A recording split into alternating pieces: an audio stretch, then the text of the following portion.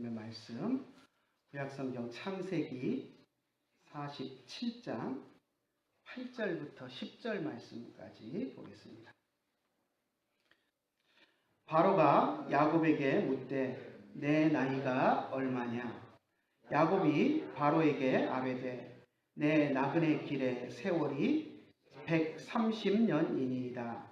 내 나이가 얼마 못되니 우리 조상의 나그네 길의 연조에 미치지 못하나 험악한 세월을 보내었나이다 하고 야곱이 바로에게 축복하고 그 앞에서 나오니라. 아멘.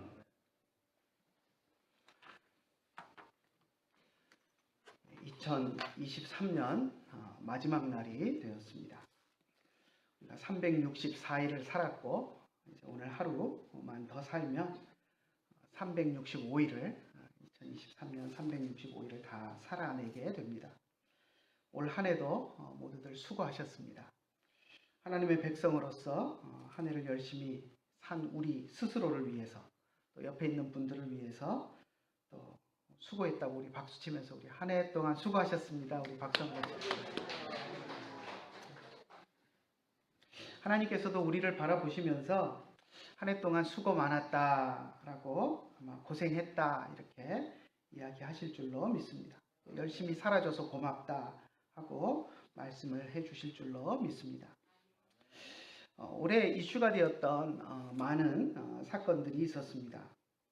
그 중에 하나가 우리 윤석열 정부에서 만나이 통일법이라는 것을 시행한 것입니다. 일상생활에서 우리가 이제 한국식 나이를 쓰는데요. 그 일상생활에서 한국식 나이를 쓰지 말고 만나이를 사용해라 라고 시행령을 내린 것입니다. 어떻게 보면 좀 우스꽝스러운 일입니다. 오래전부터 우리는 사실 공식적으로 서류상 문서에는 만나이를 써왔습니다. 그죠? 그래서 서류에 나이 적으라고 할 때는 꼭 우리가 만나이로 적어왔었습니다. 그런데 공식적으로 만나이를 그렇게 써왔지만 우리 한국 사람들에게는 그냥 새해가 되면 떡국 한 그릇 먹고 한 살 더 먹는다라는 이 정서가 있어서 우리는 그냥 일상생활 속에서 나이를 물으면 우리는 만 나이가 아니라 횟수에 따라서 이야기하는 그 나이를 써왔었습니다. 그런데 일상생활을 할 때에도 나이를 만 나이로 통일해서 써라라고 법을 만들어 가지고 강제한다라고 하는 그 발상 자체가 어떻게 보면 단추를 처음부터 잘못 깬 것 같은 좀 어색하고 우스꽝스러운 일이었습니다. 이야기를 들어보니까 이제 새해가 다가오면서 정부에서는 새해 떡국을 먹을 때 한 살을 먹는 것이 아니라 생일날 미역국을 먹을 때 한 살을 먹는 것이다. 이걸 또 대대적으로 캠페인을 하겠다고 또 그러고 있다고 하는 이야기도 들려옵니다. 새해가 되면 한 살을 먹는다라는 정서가 우리 한국 사람들의 마음속에 그냥 박혀 있는데 그걸 부정하는 캠페인을 하고 있는 정부의 모습을 보면서 어떻게 보면 참 애처로워 보이기까지 하는데요. 아무튼 오늘 하루가 지나고 내일 새날이 밝으면 우리는 여전히 또 떡국을 먹을 것이고 여전히 한 살을 더 먹었다라고 이야기를 할 것입니다. 부정이 되면 또 설날 떡국을 먹으면서 또 떡국 먹고 한 살 먹었다라고 또 우리가 이야기를 하지만 그렇다고 두 살 먹는 게 아니고 우리는 그냥 습관적으로 우리에게 정서상 새해가 되면 한 살을 더 먹는다라는 그 생각 때문에 우리가 그렇게 관용적으로 생활을 하는 것입니다. 그리고 우리가 이제 내일 새해가 되면 떡국을 먹고 또 서로 물을 것입니다. 올해 몇 살이야? 하고 물을 것입니다. 올해 나이가 어떻게 되십니까? 하고 물을 것입니다. 여러분은 새해 나이가 몇이 되십니까? 이 질문에 여러분은 어떻게 대답을 하시겠습니까? 오늘 우리가 읽은 본문에 보면 애굽왕 바로, 성경에는 애굽왕 바로로 나오는데요. 우리 학교에서 배우는 식으로 하면 이집트 왕 파라오가 야곱에게 네 나이가 몇이냐 하고 묻는 장면이 나옵니다. 한번 읽어볼까요?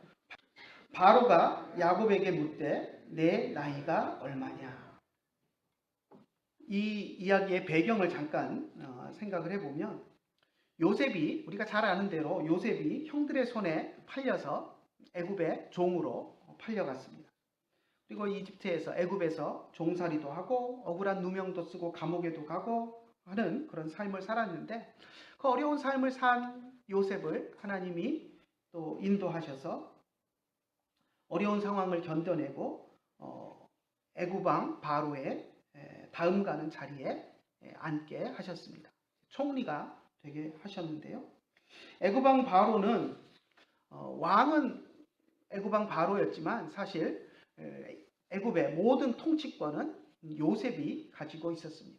왕 다음 가는 자리에서 왕은 그냥 폼으로 앉아 있고 실제 정치를 모든 것들을 하는 것은 요셉이었습니다.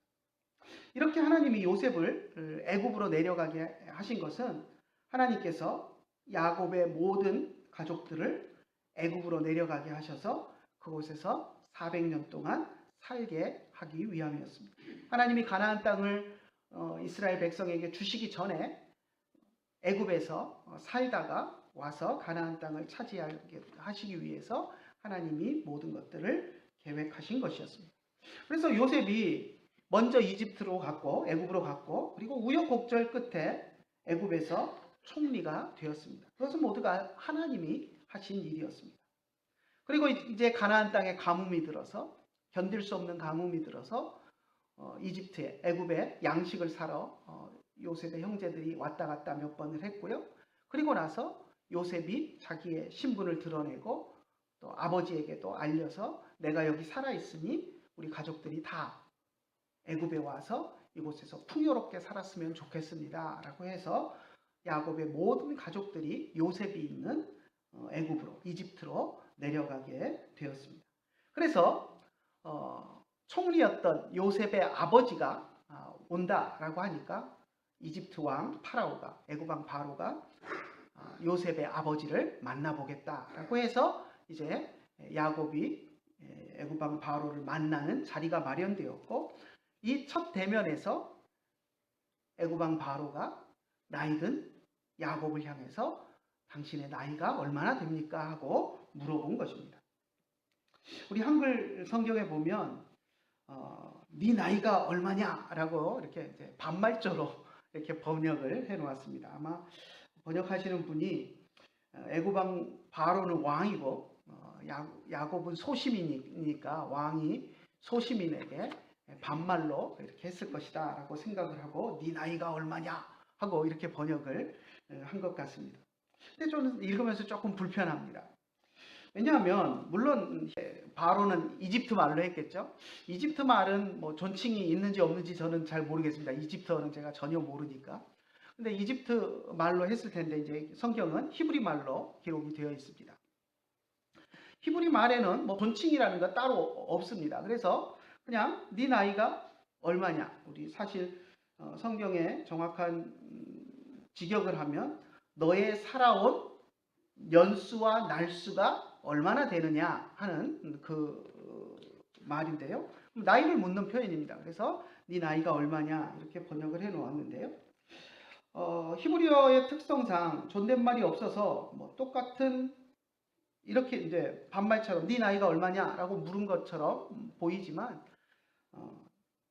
사실 왕이 자기 밑에 신하기는 하지만 요셉의 아버지를 처음 대하는 자리인데 제가 생각할 때 반말로 네 나이가 몇이냐 하고 묻지는 않았을 것 같습니다. 그래도 최대한의 예의를 갖추어서 공손하게 뭐 존칭이 언어의 존칭이 없다라고 할지라도 그 상황의 분위기상 존경의 마음을 담아서 예의를 갖추어서 말을 물었을 것이다 라고 생각을 합니다. 그렇기 때문에 그 존대어가 있는 우리말로 번역을 할 때는 좀 당신의 나이가 얼마가 되셨습니까? 하고 이렇게 좀 존댓말로 번역을 해놨으면 좀 좋지 않았을까 하는 생각을 혼자 해보는데 아무튼 나이가 얼마냐라고 물었습니다. 보통 나이가 몇이냐라고 물으면 사람들은 연수를 계산해서 숫자를 이야기합니다. 몇 살이냐라고 물으면 몇 살, 몇 년 됐지? 몇 살이지 올해 하고 숫자를 연도를 계산해서 숫자만 이야기를 합니다. 정확한 숫자를 이야기하려고 틀리지 않고 정확한 숫자를 이야기하는데 사람들은 신경을 쏟습니다. 그래서 그 숫자를 말하면서도 그것이 만 나이인지 횟수로 나이인지 또 사족을 달기도 합니다. 몇 살 먹었다, 몇 년 살았다. 이 답이 고작입니다. 그리고 나이를 많이 먹은 사람은 자기의 나이를 자랑하기도 합니다. 한 살이라도 더 먹은 것을 자랑처럼 이야기합니다. 특히 우리 한국 사람들은 더 그렇죠. 그래서 형인지 동생인지 이게 아주 중요합니다. 처음 만나는 사이에 너 몇 살이냐 하면 딱 민증 까보자 라고 해서 한 살이라도 더 먹었으면 아주 그냥 딱 어깨에 힘을 주고 이렇게 형 노릇을 하려고 하는 것이 우리 한국 사람들의 습성입니다. 근데 사실은 몇 살을 먹었느냐, 몇 년을 살았느냐가 중요한 것이 아니라 어떤 삶을 살았느냐 하는 것이 더 중요하고 그것이 더 자랑거리가 되어야 합니다. 애굽왕 바로가 야곱에게 당신의 나이가 얼마입니까? 라고 물었을 때 야곱은 이 질문에 대답을 하면서 단순히 숫자만 이야기하지 않았습니다. 물론 숫자도 이야기했죠. 내가 130년을 살았습니다. 라고 이야기했지만 숫자만 이야기한 것이 아니라 자기의 삶을 돌아보았습니다. 같이 읽어볼까요? 야곱이 바로에게 아뢰되 내 나그네 길의 세월이 130년이니이다. 내 나이가 얼마 못 되니 우리 조상의 나그네 길의 연조에 미치지 못하나 험악한 세월을 보내었나이다 하고 내 나이가 얼마냐 하는 애굽왕 바로의 질문에 그냥 130살입니다 이렇게 말하지 않고 내 나그네의 길이 내 나그네의 세월이 130년입니다 라고 대답했습니다. 자신의 130년의 삶을 나그네 길이다 라고 스스로가 평가를 한 것입니다. 여러분 나그네의 길은 어떤 길입니까? 고단한 길이고 안정되지 않은 길이고 항상 새로운 도전과 불안함이 있는 그런 길입니다. 야곱은 자신의 인생을 그런 나그네의 길로 표현했습니다. 실제로 야곱의 인생을 보면 어머니 뱃속에서부터 피곤한 삶을 살았습니다. 그렇지 않습니까? 먼저 태어나려고 형 에서와 어머니 뱃속에서부터 경쟁을 했고 태어날 때도 발 뒤꿈치를 잡고 태어나는 그런 치열함을 보여주었습니다. 자라면서도 형 에서의 장자권을 빼앗기 위한 투쟁을 멈추지 않았습니다. 팥죽 한 그릇에 장자권을 샀고요. 또 눈먼 아버지를 속여서 염소털을 막 팔에 붙이고 털복숭이 형인 것처럼 아버지를 속여서 또 장자의 축복을 받기도 했습니다. 그리고는 외삼촌 라반의 집으로 도망가서도 그곳에서도 20년을 사는데 외삼촌에게 속아서 품삯을 못 받기도 하고 또 마지막에는 꾀를 내어서 자기 품삯을 또 자기가 챙겨가지고 또 오는 그런 모습들도 보여줍니다. 또 고향 땅으로 20년 만에 돌아와서도 삶이 녹록하지 않았습니다. 단적인 예로 돌아와서 사랑하는 딸 디나가 세겜족의 추장의 아들 세겜에게 강간당하는 그런 일을 겪기도 했고요. 그래서 세겜족과 또 피비린이라는 전쟁을 치르기도 했습니다. 그리고 사랑하는 아내 라헬도 잃었고요. 또 가장 사랑했던 아들 요셉을 죽은 줄로만 알고 또 백발이 될 때까지 노년의 슬픔 속에서 살아야 했습니다. 그런 세월들을 생각하면 야곱이 자신의 삶을 130년의 삶을 나그네의 삶이다 라고 표현한 것이 참 옳은 표현인 것 같습니다. 아무튼 야곱은 자기의 지나온 세월들을 생각하면서 애굽왕 바로 앞에서 내가 나그네의 길을 130년을 살았습니다 라고 표현했습니다. 사실 130살이라는 나이는 실제로 많은 나이입니다. 자랑할 만한 나이입니다. 하지만 야곱은 그 나이를 자랑하지 않았습니다. 오히려 자기 조상들의 살았던 연수에 비하면 보잘것없습니다 하고 겸손하게 말했습니다. 물론 우리가 홍수 이전에, 노아의 홍수 전에 아담부터 해서 노아까지 사람들을 보면 막 800년, 900년씩 막 삽니다. 그죠? 그런 것들을 빼놓고 보더라도 노아 이후에 사람들을 보더라도 아브라함은 175세를 살았고 또 이삭은 180세를 살았습니다. 그러니까 그런 것들을 비해서 보면 야곱의 나이 130은 결코 내세울 것이 없는 나이는 맞습니다.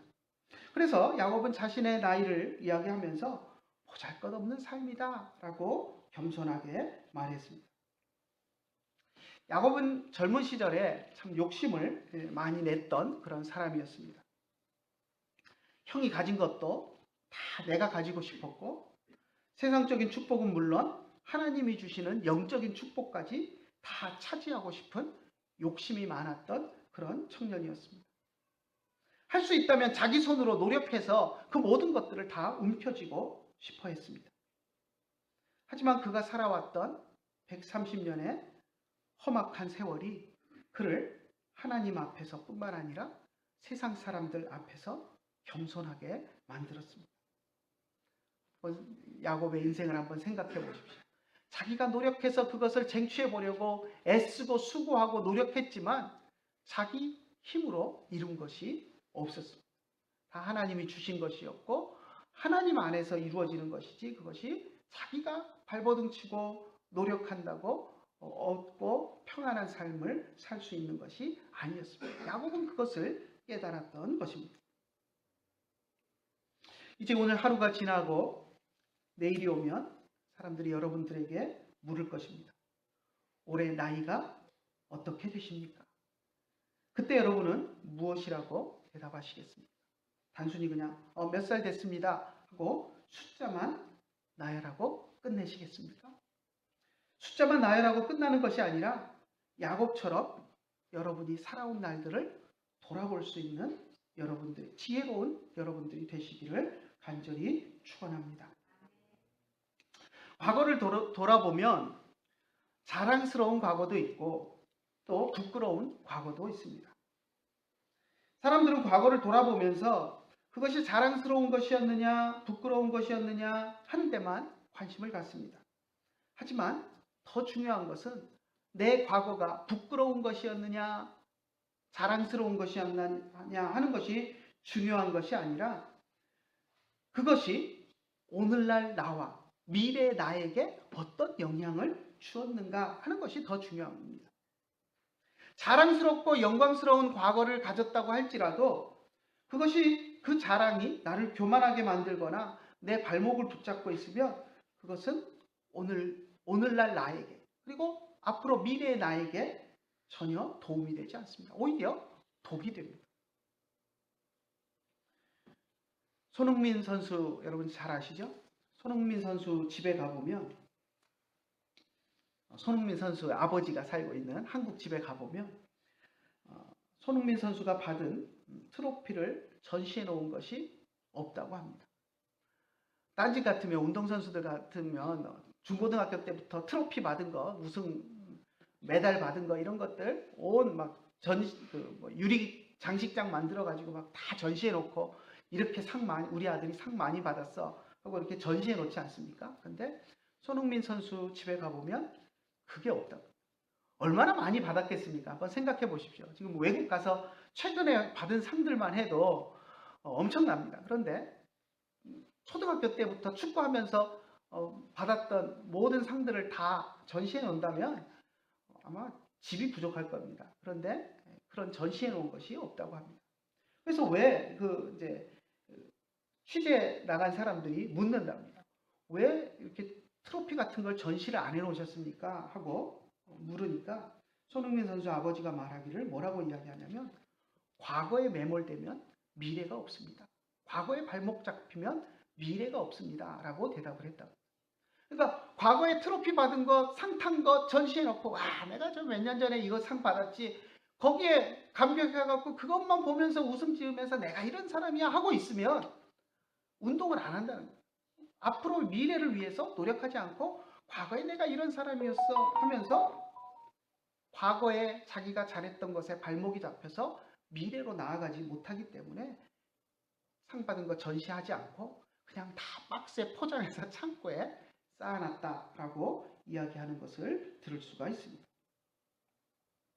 실제로 우리가 운동선수들을 보면 학창시절에 유망주로 평가받던 사람들이 그냥 유망주로 그쳐버리는 경우들을 많이 봅니다. 나는 천재소년이야, 신동이야, 나 유망주야 라는 그런데 메모리 되어가지고 사람들이 옆에서 칭찬하는 그 소리에 어깨만 으쭐해가지고 의시되고 다니면서 운동은 실제로 하지 않다가 학창시절 받은 트로피만 만지작거리다가 결국 이름도 없이 사라져버리는 그런 운동선수들을 우리가 많이 봅니다. 이렇듯 과거에 영광스러운 것들이 있다고 해도 자랑스러운 것들이 있다고 해도 그것이 오늘날 내 삶에 도움이 되지 않고 오히려 내 삶에 발목을 잡고 있다면 그것은 결코 도움이 되지 않습니다. 내가 미국 생활을 할 때도 보면 이민사회 속에서도 이민사회 속에서 적응하지 못하는 몇몇 분들을 보면 자기 옛날 한국에서의 삶에 그걸 자랑으로 여기면서 딴 사람들과 못 어울리는 사람들을 종종 봅니다. 그러니까 한국에서 서울대 졸업했다. 그리고 이제 뭔가 한국에서 안 돼가지고 이민을 와가지고 이제 이민 와서 미국에서 뭐 세탁소 하고 다른 이민자들과 똑같이 세탁소 하고 뭐 이렇게 하면서 이제 뷰티 서플라이 가게 하고 이러고 살아갑니다. 그런데 그렇게 살아가면 이민자 속에서 살면 서울대 나온 게 뭐 중요합니까, 여러분? 그렇지 않습니까? 서울대 나와도 세탁소를 하고 고등학교 나온 사람도 세탁소를 하고 그럼 그냥 세탁소 하는 사람들끼리 똑같이 섞여 살아야 됩니다. 그런데 나는 서울대 나온 사람이야 하는 그 생각을 버리지 못해가지고 이민자 속에서 어울리지 못하고 그냥 자기는 서울대 나온 사람이라고 어깨에 힘주면서 살면서 사람들에게 욕먹으면서 그렇게 외톨이처럼 살아가는 그런 사람들을 종종 보게 됩니다. 과거에 얽매여서 현실의 삶을 제대로 살아가지를 못하는 것입니다. 하지만 반대로 과거에 부끄러운 삶이라고 할지라도 그 부끄러움 때문에 내가 다시 하나님을 바라볼 수 있고 하나님의 뜻을 깨닫는 계기가 되고 하나님 앞에 내 부끄러운 것을 떨치고 새롭게 살아갈 수 있는 그런 원동력이 되는 과거가 있다면 그것은 오늘과 내일의 나를 바로 세워주는 그런 자산이 됩니다. 예를 들면 사도 바울은 예수님을 만나기 전에 예수님을 핍박하는데 앞장섰던 과거를 가진 사람이었습니다. 사도 바울을 죽이는데 스데반 집사님을 돌로 쳐 죽이는데 앞장섰던 사람이고요. 예수 믿는 사람들을 핍박하는데 앞장섰던 그런 사람입니다. 그런 부끄러운 과거가 있습니다. 그런데 그 부끄러운 과거가 예수를 믿은 후에 사도 바울을 겸손하게 만들었습니다. 나는 과거에 자기가 아무리 사도로서 훌륭한 업적을 쌓았더라도 늘 나는 과거에 예수 믿는 사람들을 죽였던 사람이야. 핍박했던 사람이야. 하는 그 생각 때문에 늘 겸손하게 자기가 아무리 다른 사람들에게 존경을 받을지라도 늘 겸손한 모습으로 자기의 생명까지도 아끼지 않고 주님을 위해 헌신하는 그런 사역자가 될 수 있게 만들었습니다. 그런 과거는 부끄러운 과거지만 생각해보면 부끄러운 과거지만 그 이후에 예수 믿은 이후에 바울의 삶을 하나님 앞에서 바르게 살게 만들어주는 그런 과거이기 때문에 그것은 사도 바울의 삶에 참으로 유익이 되는 과거가 되었던 것입니다. 베드로도 그렇죠. 베드로도 예수님이 잡히시던 날 밤에 대제사장 가야바의 집들에서 모닥불을 쬐면서 예수님을 3번이나 모른다고 부인했던 그런 부끄러운 과거가 있는 사람이었습니다. 하지만 그 부끄러운 과거는 베드로를 새롭게 하는 그런 계기가 되었습니다. 예수님께서 부활하신 이후에 디베랴 바닷가에서 베드로를 만나 주셨고 그리고 모닥불을 펴놓고 고기를 구워 주시면서 네가 나를 사랑하느냐 3번 물으셨을 때, 그때 베드로는 내가 주님을 사랑하는 줄 주님이 아십니다. 참 며칠 전 자기가 예수님을 모른다고 부인했던 그 말을 했던 것이 떠올라서 정말 내가 예수님 사랑합니다 라고 당차게 자신있게 큰 소리로 대답은 못했지만 마음속으로 내가 주님을 사랑하는 거 주님이 잘 아시지 않습니까? 하면서 주님이 아십니다 라고 대답하면서 그 대답에 부끄럽지 않은, 그리고 그 대답이 부끄럽지 않은 이후의 삶을 살 수 있었던 그런 계기가 되었습니다. 과거에 예수님을 부인했던, 3번이나 모른다고 부인했던 그 부끄러운 과거, 그건 정말 부끄러운 과거입니다. 그런데 그 부끄러운 자신의 모습을 통해서 베드로는 자신의 모습을 돌아볼 수 있는 계기가 되었고, 이후의 삶을 주님의 제자로서 부끄럽지 않게 살아갈 수 있는 그런 힘이 되었던 것입니다. 그래서 우리는 과거를 돌아보면서 그것이 부끄러운 과거였던, 영광스러운 과거였던 그것이 중요한 것이 아니라 그것을 오늘날, 그리고 앞으로 내가 살아가는 길에 어떤 재료로 삼을 것인가 하는 것을 우리가 생각해야 합니다. 올해 나이가 어떻게 되십니까? 하는 질문에 현재를 점검하고 또 미래로 나아가는 여러분들이 되시기를 간절히 축원합니다. 야곱은 130살의 나이를 이야기했습니다. 그리고 바로에게, 애굽 바로에게 그렇게 대답한 후에 이집트 땅에서 한 17년 정도를 더 살다가 생을 마감했습니다. 자신의 130년 나그네의 삶을 돌아보는 것으로 그치지 않고, 지금 내가 이집트 땅에서 내 후손들을 다 데리고 왔는데 내가 어떤 삶을 여기서 살아야 할 것인가 하는 것들을 생각했을 것입니다. 애굽 바로에게 내가 험악한 나그네의 삶을 130년을 살았습니다 하고 대답한 것으로 끝나지 않고, 과거만 이야기한 것으로 끝나지 않고, 이제 내가 모든 식솔들을 다 데리고 이 낯선 이집트 땅에 왔는데 내가 이 땅에서 남은 여생을 어떻게 살아야 할 것인가 하는 것을 생각했을 것입니다. 하나님이 조상 아브라함과 이삭에게 가나안 땅을 약속의 땅으로 주셨는데 내가 가나안 땅을 떠나 모든 가족들을 데리고 이 애굽 땅에 왔는데 어떻게 내가 이 땅에서 생을 마감해야 할 것인가, 앞으로 남은 생이 얼마가 될지 모르지만 어떻게 살아야 할 것인가를 생각했습니다. 그리고 아버지로서, 할아버지로서 자신들의 자녀들이 하나님 앞에서 온전한 모습으로 애굽 땅에서 살기를 바라면서 그들을 축복하고 그들을 위해서 기도하는 삶을 살면서 마지막 여생을 마무리했습니다. 그래서 마지막 임종하는 순간에도 자기 아들들의 이름을 하나하나 부르면서 축복하는 그런 모습을 우리가 창세기 마지막 부분에서 볼 수 있습니다. 우리들도 나이를 대답할 때마다 오늘을 어떻게 살 것인가, 한 살 더 먹은 한 해를 하나님 앞에서 어떻게 가치 있게 살 것인가를 생각하고 주님 앞에서 부끄럽지 않은 모습으로 살아가기 위해서 어떤 삶을 살 것인가 하는 것들을 생각하고 미래의 삶을 계획하는 여러분들이 되시기를 간절히 축원합니다. 야곱의 삶에는 많은 실수가 있었습니다. 형 에서를 속이고 장자권을 빼앗은 일, 아버지 이삭을 속이고 장자의 축복을 받은 일 등 이런 많은 실수가 있었습니다. 또 자신의 실수와는 상관없이 당한 아픔도 있었습니다. 외삼촌 나만에게 속아서 품삯을 받지 못하고 일만 하기도 했고요. 가나안 땅에 돌아와서는 사랑하는 딸 디나가 세겜에게 강간을 당하는 그런 아픔도 겪었습니다. 하지만 야곱이 그 어려운 순간에도 자신의 삶을 바르게 지탱할 수 있었던 것은 하나님의 축복을 사모하는 마음과 또 하나님 앞에서 결단한 것을 지키고자 하는 그런 애쓰는 마음이 있었기 때문이었습니다. 그런 어려서부터 하나님의 축복을 사모하는 사람이었습니다. 인간의 노력보다 하나님의 축복이 더 중요하다는 것을 알았습니다. 베델에서 꿈을 꾸고 하나님을 만났을 때 그는 하나님 앞에서 서원했습니다. 하나님이 내 삶을 인도해 주시며 그래서 다시 고향 땅으로 무사히 돌아오게 해주시며 내가 하나님을 내 하나님으로 삼겠습니다. 내 하나님으로 삼고 살아가겠습니다 라고 고백했습니다.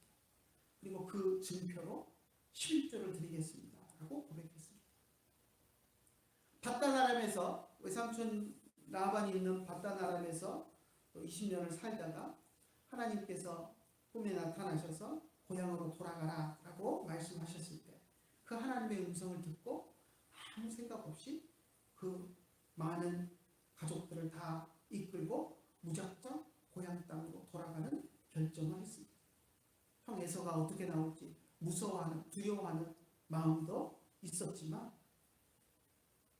그 마음을 무릅쓰고 하나님의 명령을 따라 가나안 땅을 향했고요.